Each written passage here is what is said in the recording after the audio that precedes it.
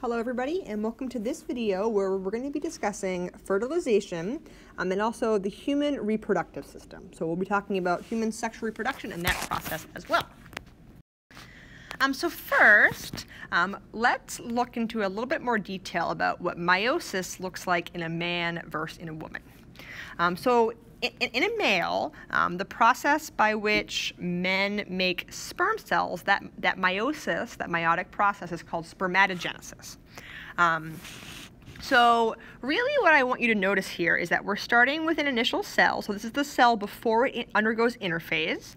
Interphase will happen. So then after interphase, we have a cell with replicated chromosomes.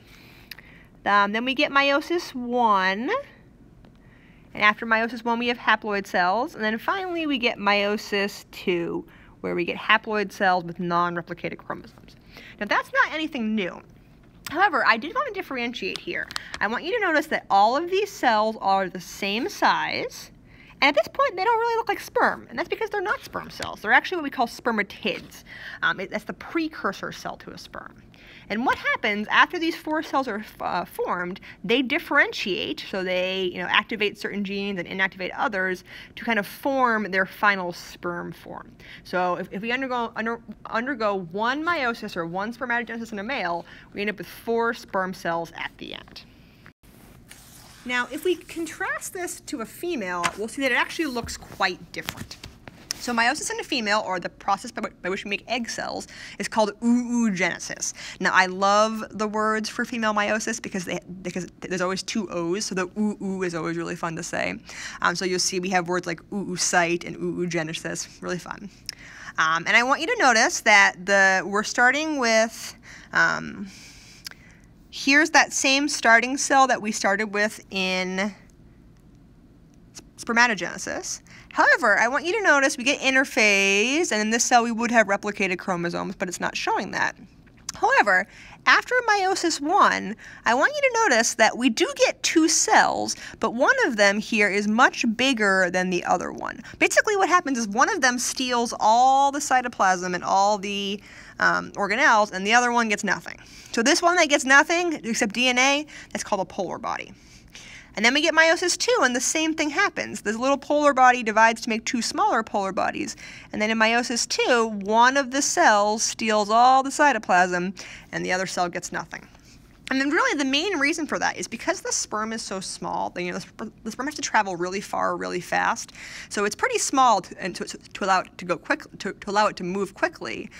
So therefore, it doesn't have a lot of cytoplasm. So therefore, the egg has to compensate by having a lot of cytoplasm and a lot of organelles to compensate for the fact that the sperm is going to have almost nothing when it arrives.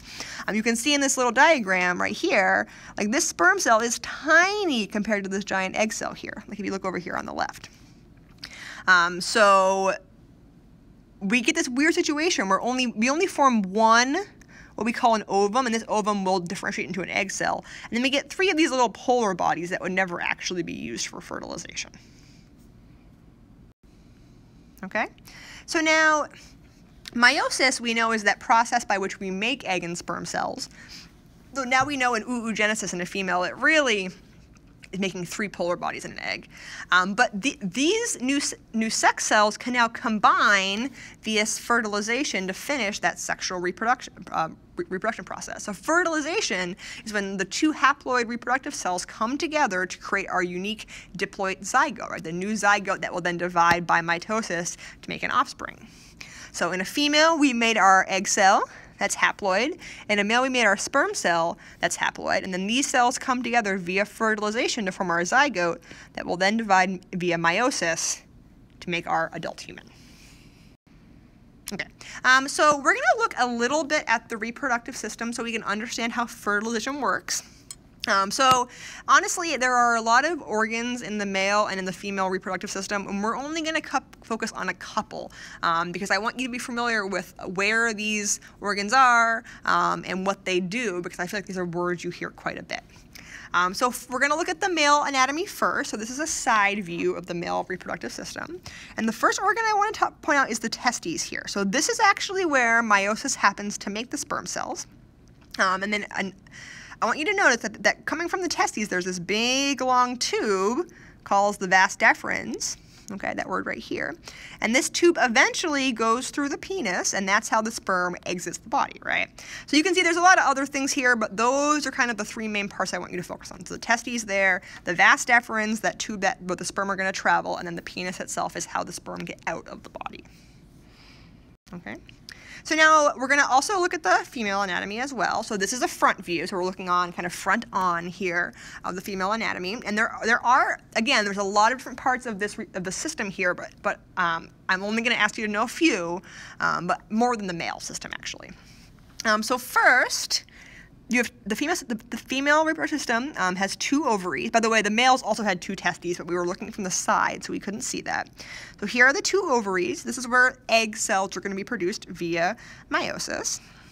And then what we have here is another tube that will allow the egg to exit the body. Or actually, no, the egg does not exit the body, but it will allow the egg to exit the ovaries. And these tubes are called the fallopian tubes. So after an egg is produced, the egg travels down the fallopian tubes. This is where it's usually fertilized. And if it is fertilized, the egg will implant in what's called the uterus. So this big thing right here, this is the uterus. And this is where the embryo or the zygote would implant. And this is kind of what where the embryo would develop into a baby. So far we have ovary, we have fallopian tube, and we have uterus that you should know. And then finally, the last word you should know is kind of the entrance to the female reproductive system. This portion right here is called the vagina. And then this little space between the vagina and the uterus, that is called the cervix. Sorry, I kind of covered that up. That's the cervix right there. So now if we look at the process of fertilization, so we said that the testes, that's where sperm is going to be produced via meiosis and where it's going to hold. And the sperm will travel out that vas deferens. And when the vas deferens gets to the penis, the tube becomes the urethra. It's the same tube that urine travels out of, actually. So the sperm goes through the vas deferens and out the urethra, and then it will enter the female's vagina. Interestingly, the vagina is really acidic, so kind of only the strongest sperm can survive this really acidic environment. Sperm actually have, they release like a basic buffer to help them survive there. The sperm then travel up the cervix, that was that space between the vagina and the uterus. They go through the uterus and they go up either fallopian tube. So whether they go up the left fallopian tube or the right is random. And then they usually meet the egg in the fallopian tube, and that's where they combine. It's usually actually right next to the ovary. So I'll show you a picture of that in a second. So here, this is pretty cool. So these are some actual microscope images of sperm fertilizing eggs. Now, in reality, these pictures have been colored after the fact. This is not actually the color of these things. But you can see what happens is usually thousands, hundreds if not thousands of sperm find an egg cell, and they basically all compete to see who can fertilize it first. And once one sperm successfully kind of breaks through the outer layer of the egg will actually release a chemical that kind of creates a barrier to prevent any other sperm from fertilizing it. It's kind of neat, actually. Now, the sperm itself has a lot of tools to help it fertilize an egg more successfully. The sperm, there's not much to it. It's basically a little package of DNA that has this thing called the acrosome at the front. This acrosome releases digestive enzymes and helps it break through the outside of the egg. Then it has a bunch of mitochondria and it has a long flagella that allows it to move, all the way through the vagina, through the cervix, through the uterus, and all the way to the fallopian tube. It's quite a long distance it has to move. So this flagella and all those mitochondria are quite important. Okay, so if we look at the fertilization process, usually you can see the sperm, which are right here, they're teeny tiny compared to the egg. One sperm will fertilize the egg. You can see pretty close to the ovary in the fallopian tube. And then once the zygote forms, mitosis starts happening right away. So you can see, the egg continues to travel down the fallopian tube over the course of several days. And this egg will, it's dividing. This zygote is now dividing to form a morula, which is basically a ball of cells. Once this ball of cells reaches the uterus now, it will implant itself, it will embed itself in the wall of the uterus, and that's where the developing embryo will form. Okay, so we know after fertilization, that process by which the zygote is dividing to form an embryo, we know that's mitosis, right? Because basically every cell in the embryo ends up being identical. So we go from 1 cell to 2 cells to 4 cells to 8 cells to 16 cells pretty quickly. Okay, and then after the kind of ball of cells gets big enough, it starts to hollow out, and then you can see right away we kind of start to form these primitive structures that become part of the human body. So one of the first things that happen is we get like a tube to start to form, and that tube will actually be your gastrointestinal tract. That will be the tube that goes from your mouth to your anus. So we go from a ball of cells to kind of this differentiated organism over the course of the 9 months that an embryo is developing in the womb. Okay, so you can see, from that ball of cells, you can see we go to a kind of that hollow tube, and then, we get more and more differentiated. So, within like 40 days or so, we start to look like pretty creature-like or pretty human-like, and by 60 days, I mean that looks pretty much like a human. So it's crazy how quickly we go from a single cell to a humanoid-looking creature. Okay. So this process by which we go from cells that all look the same to cells that have different jobs, that's called cell differentiation. So differentiation means to become different. This is basically cell specialization.